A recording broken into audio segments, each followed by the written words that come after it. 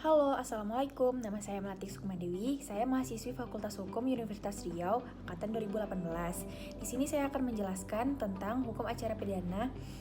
Yang pertama itu adalah tentang satu tindakan kepolisian. Tindakan kepolisian ini adalah upaya paksa atau tindakan lain yang dilakukan secara bertanggung jawab menurut hukum yang berlaku untuk mencegah, menghambat, menghentikan tindakan pelaku kejahatan yang mengancam keselamatan atau membahayakan jiwa, raga, harta benda, atau kehormatan kesusilaan, guna mewujudkan tertib dan tegaknya hukum serta terbinanya ketertiban dalam masyarakat. Selanjutnya adalah upaya paksa. Upaya paksa adalah serangkaian tindakan penyidik untuk melaksanakan penyidikan, yaitu dalam hal melakukan penangkapan, penahanan, penggeledahan, penyitaan, dan pemeriksaan surat dalam keadaan normal.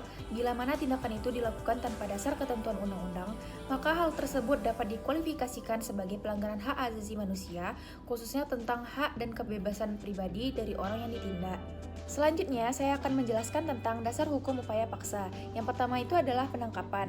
Penangkapan pasal 1 angka 20 KUHP. Penahanan itu pasal 1 angka 21 KUHP.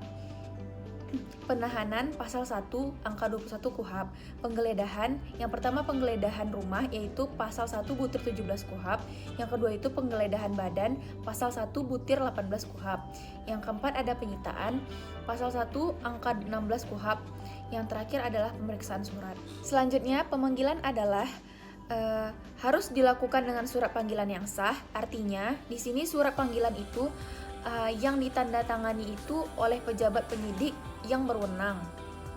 Penangkapan adalah suatu tindakan penyidik berupa pengekangan sementara waktu kebebasan tersangka atau terdakwa apabila terdapat cukup bukti guna kepentingan penyidikan atau penuntutan atau peradilan dalam hal serta menurut cara yang diberlakukan dalam undang-undang. Ini diatur dalam pasal 1 angka 20 KUHP. Syarat sah penangkapan yang pertama dilakukan oleh pejabat yang berwenang, yang kedua harus berdasarkan surat perintah penangkapan, yang ketiga surat perintah penangkapan berisi identitas tersangka, menyebutkan secara singkat alasan penangkapan, misalnya untuk kepentingan penyidikan. Yang ketiga, menjelaskan secara singkat perkara yang disangkakan. Selanjutnya, adanya tebusan surat perintah penangkapan ke keluarga. Penahanan adalah penempatan tersangka atau terdakwa di tempat tertentu oleh penyidik atau penuntut umum atau hakim dengan menetapkannya dalam hal serta menuntut cara yang diatur dalam undang-undang. Ini diatur dalam pasal 1 angka 21 KUHP. Syarat sah penahanan adalah yang pertama, syarat subjektif. Ini diatur dalam pasal 21 ayat 1 KUHP. Di sini terdakwa bisa ditahan apabila penyidik menilai atau khawatir tersangka atau terdakwa melakukan tindakan melarikan diri, merusak atau menghilangkan barang bukti, atau mengulangi tindak pidana. Yang kedua itu syarat objektif. Ada ukuran jelas yang diatur dalam undang-undang agar tersangka atau terdakwa bisa ditahan, misalnya tindak pidana yang dilakukannya itu tersangka atau terdakwa ini diancam pidana penjara 5 tahun atau lebih. Nah, untuk penggeledahan, penyitaan, pemeriksaan surat, ketiga ini harus menyertakan surat izin yang telah ditandatangani oleh Ketua Pengadilan Negeri. Selanjutnya, tempat penahanan. Dalam Kitab Undang-Undang Hukum Acara Pidana KUHP dikenal 3 jenis penahanan. Yang pertama itu adalah penahanan rumah tahanan negara yaitu rutan. Rutan di sini adalah tempat tahanan tersangka atau terdakwa yang masih dalam proses penyidikan, penuntutan, dan pemeriksaan pengadilan. Yang kedua itu adalah penahanan rumah. Penahanan yang dilakukan di rumah, tempat tinggal atau rumah kediaman tersangka atau terdakwa. Selama tersangka atau terdakwa berada dalam tahanan rumah, mereka harus diawasi untuk menghindarkan segala sesuatu yang dapat menimbulkan kesulitan dalam penyidikan, penuntutan, atau pemeriksaan di sidang peradilan.